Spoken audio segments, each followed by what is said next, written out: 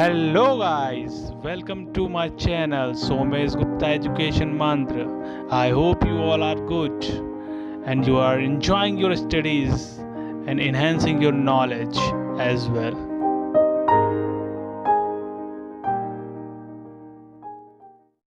चलिए अब हम लोग पढ़ते हैं first fundamental right to equality, जो कि आर्टिकल 14 to 18 डील करता है। मतलब इसके अंतर्गत आर्टिकल 14 से लेकर के 18 आते हैं। तो पहले आर्टिकल्स को डिस्कस करने से पहले 14 to 18 राइट टू इक्वलिटी हर एक नागरिक को, भारत के हर एक नागरिक को इक्वल राइट्स प्रोवाइड करती है। इसके तहत कोई भी किसी से अनइक्वलिटी नहीं प्रैक्टिस कर सकता on the basis of religion, caste, race, sex और place of birth, income, status, background. किसी भी आधार पे आप किसी से अनइक्वलिटी, असमानता नहीं कर सकते। यहाँ पे जो है ये फंडामेंटल राइट है, मौलिक अधिकार है जो हर एक नागरिक को प्राप्त है, जिसके तहत कोई भी किसी से भेदभाव नहीं कर सकता। हमारे संविधान के नज़रों में हर एक व्यक्ति समान है, कोई ना ऊंचा है ना कोई नीचा है।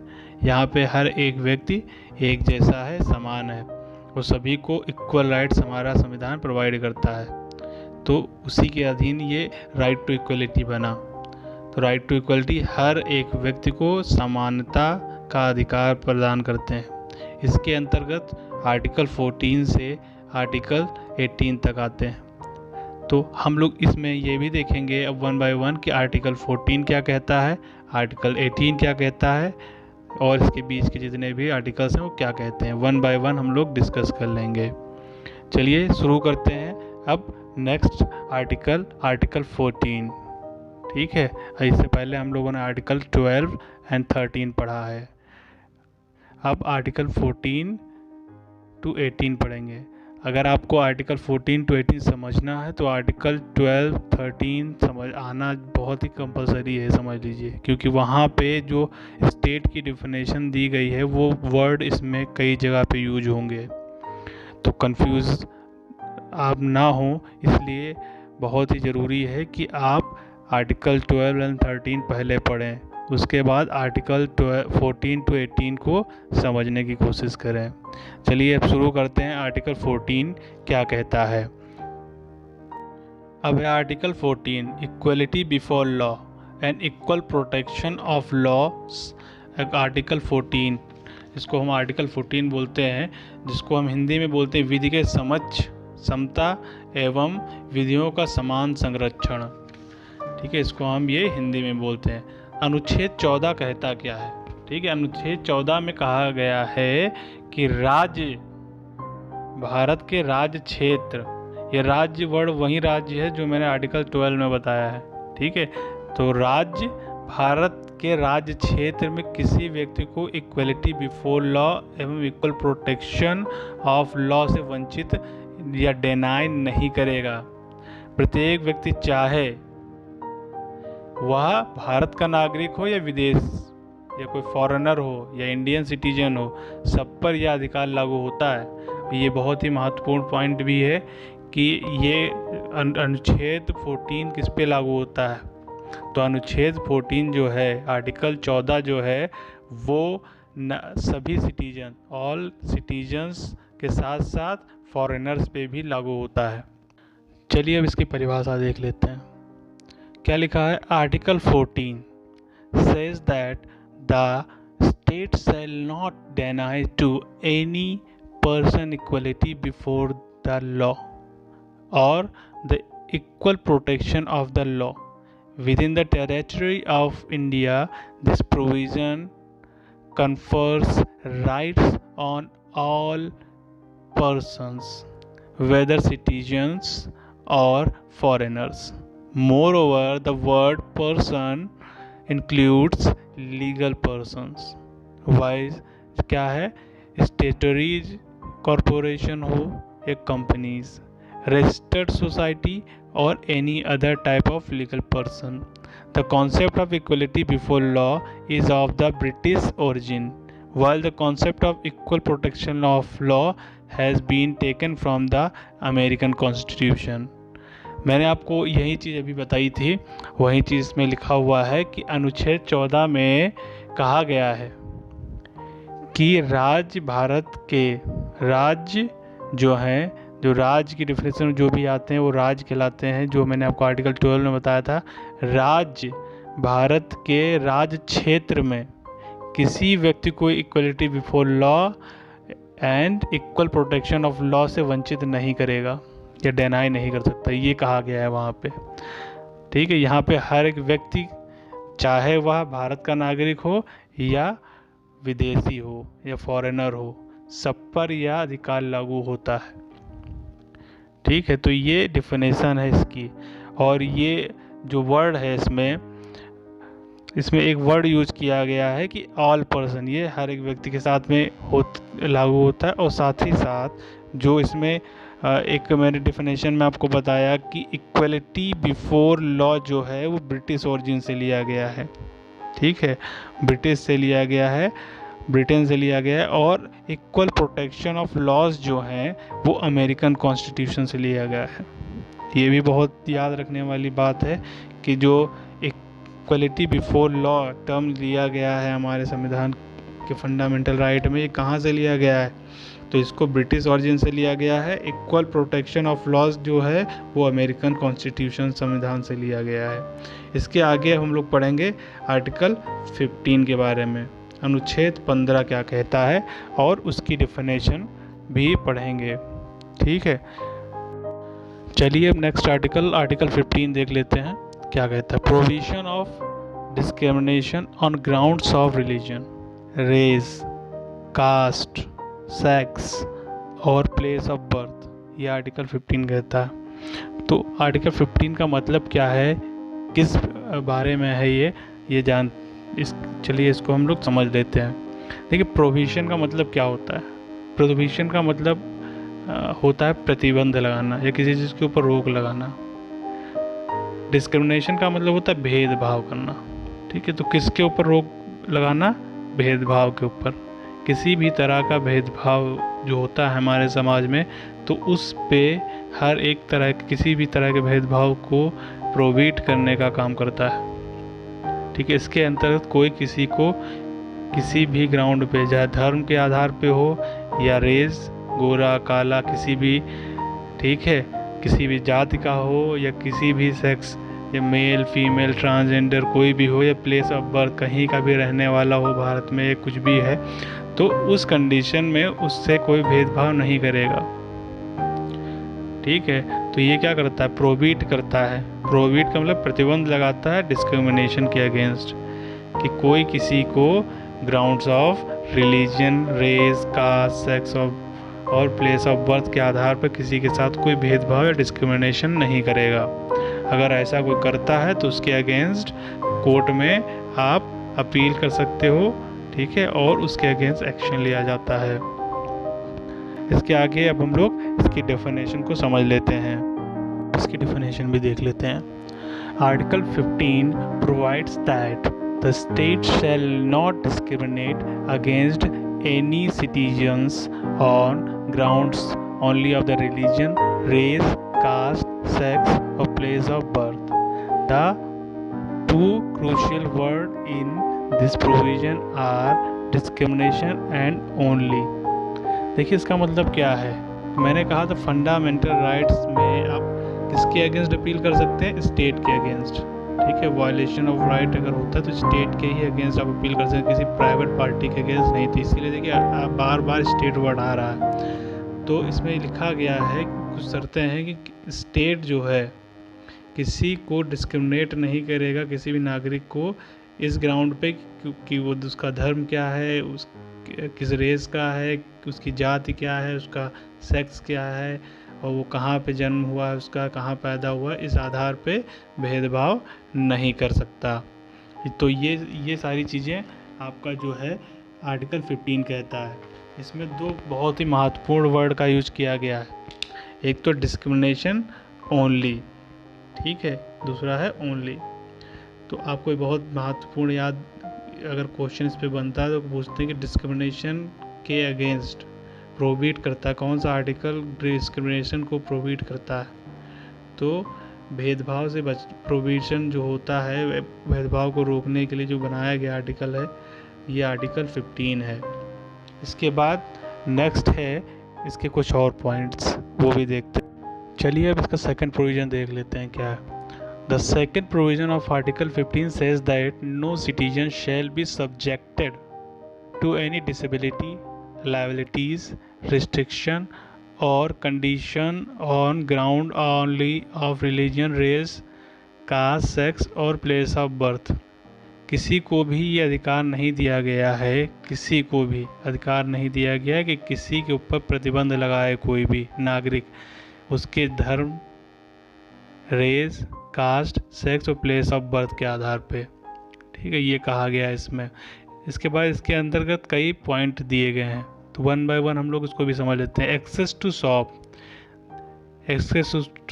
Public restaurants, hotels and place of public entertainment. तो इन सब चीज़ों को आप फ्रीली एक्सेस कर सकते हैं, कोई भी व्यक्ति कर सकता है, क्योंकि इक्वलिटी यही कहती है कि भाई सभी इक्वल हैं।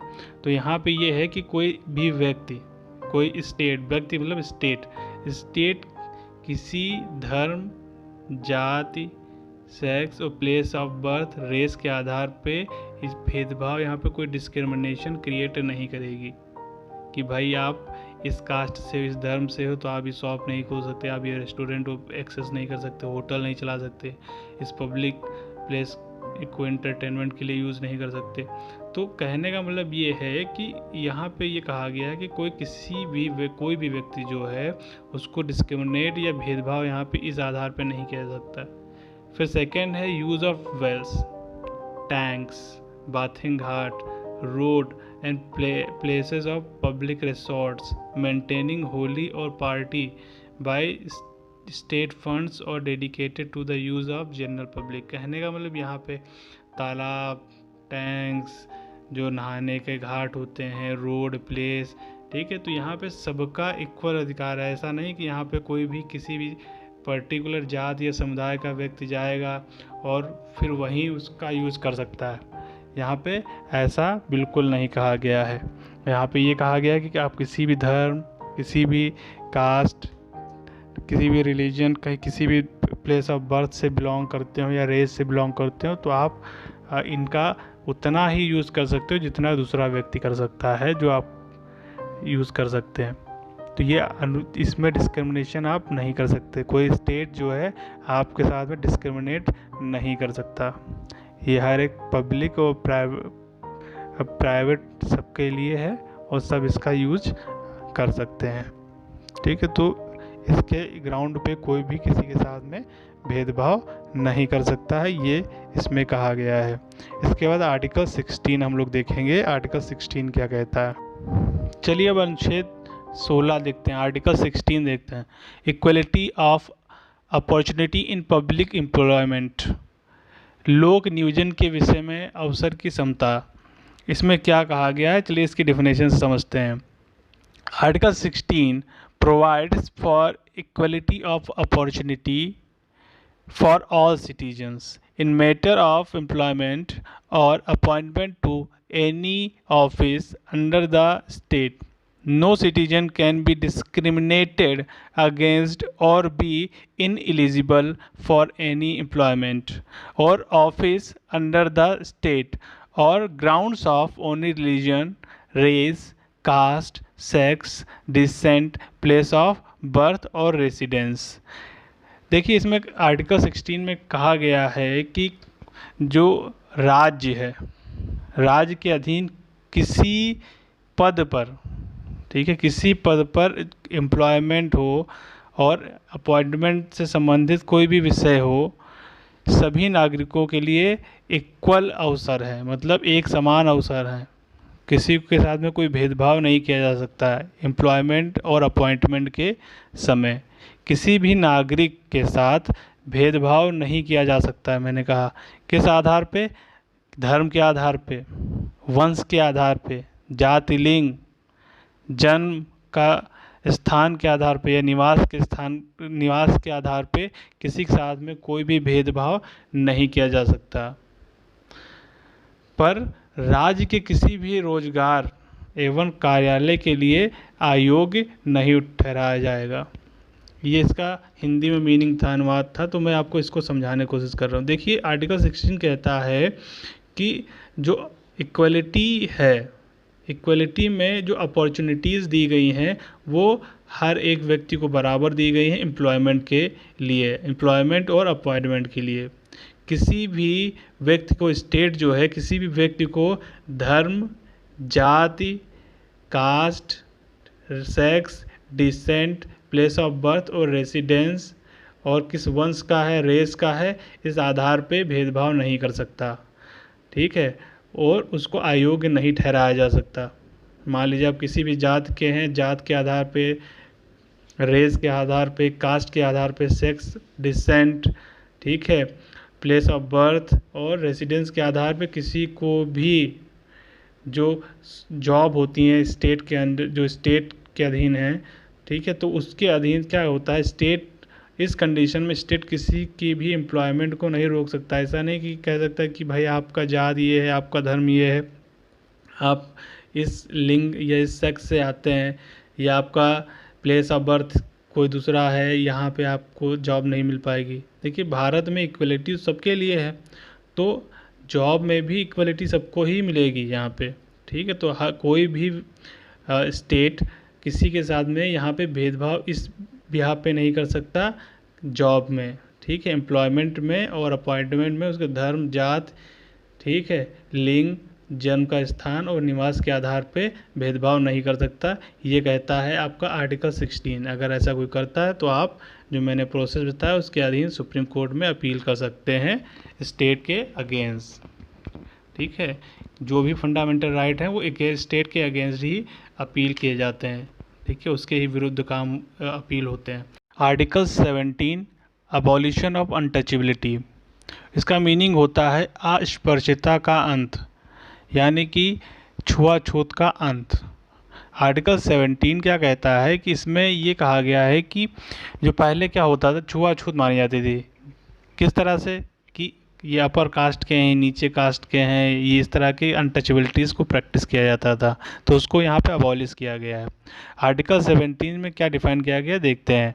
Article 17 अबॉलिशेस untouchability and forbids it's practice in any form.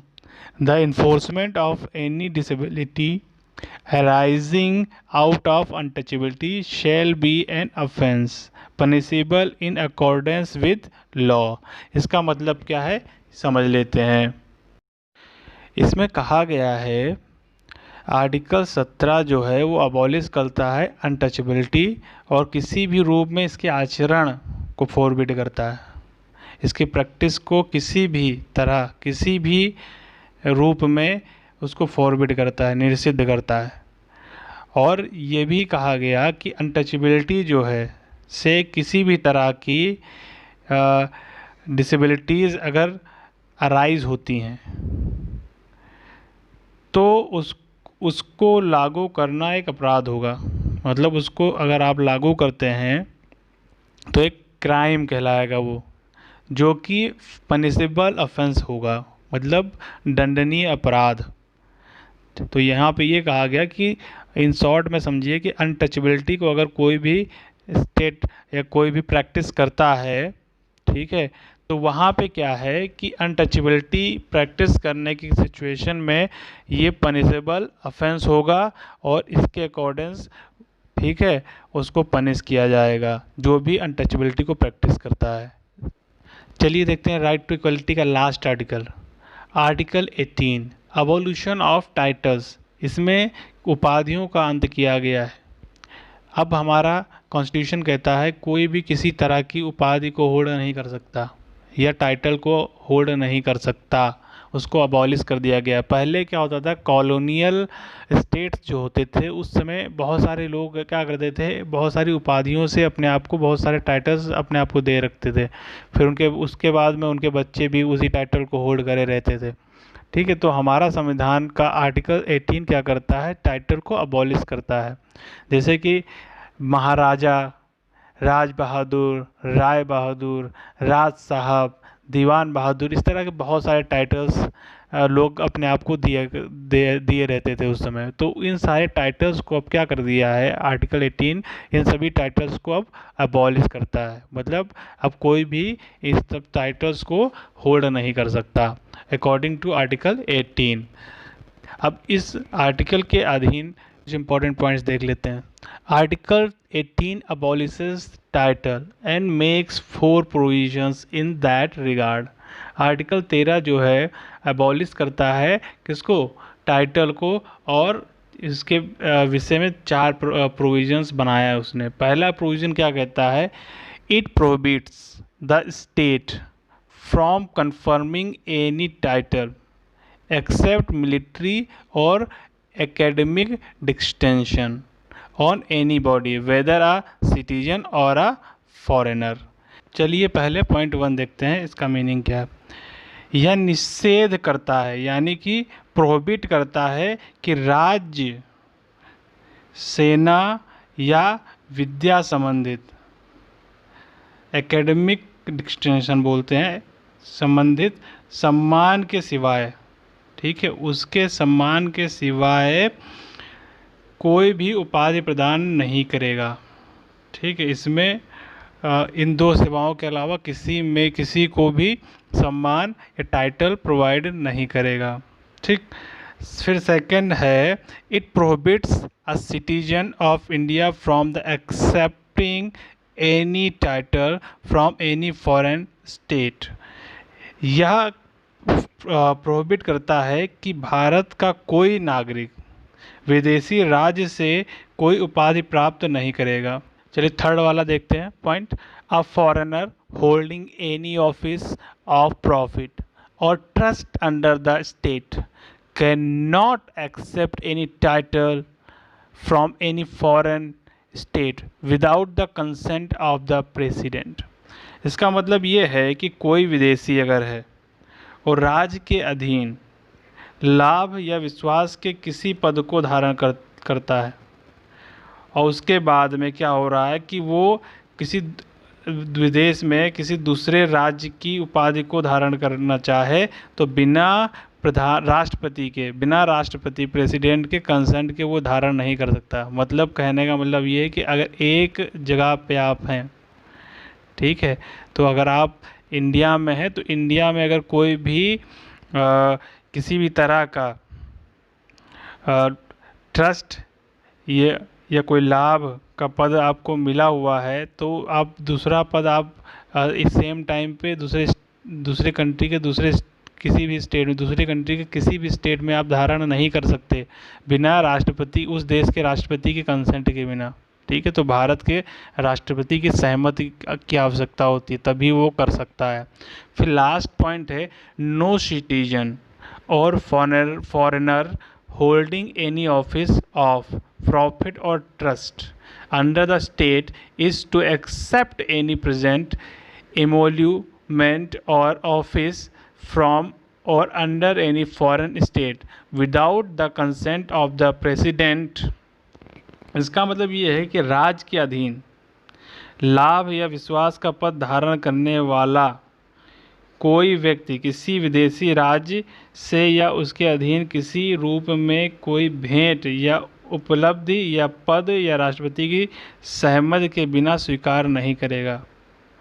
तो इसमें बहुत ही महत्वपूर्ण बात कही गई है। क्या कहा गया है कि राज्य के अधीन लाभ या विश्वास का पद धारण करा हुआ अगर कोई व्यक्ति है और वो किसी भी विदेशी, मतलब कोई भी फॉरेन राज्य में किसी भी भेंट या उपलब्धि या पद को धारण करता है तो उसमें राष्ट्रपति की सहमति चाहिए होती है। बिना राष्ट्रपति की सहमति के वो नहीं धारण कर सकता। ठीक है, अगर वो इंडिया में उसको ये सारी चीज़ें मिली हुई हैं तो वो अगर अदर कंट्री में अगर उसको ये सारी उपाधियाँ वो सारी चीज़ें चाहिए तो उसके लिए राष्ट्रपति की सहमति की आवश्यकता पड़ती है। ये अनुच्छेद 18 के अधीन आता है। तो आर्टिकल 18 जो है वो टाइटल को अबॉलिश करता है, जो कि आपने ऊपर देखा बहुत सारे पॉइंट्स के माध्यम से।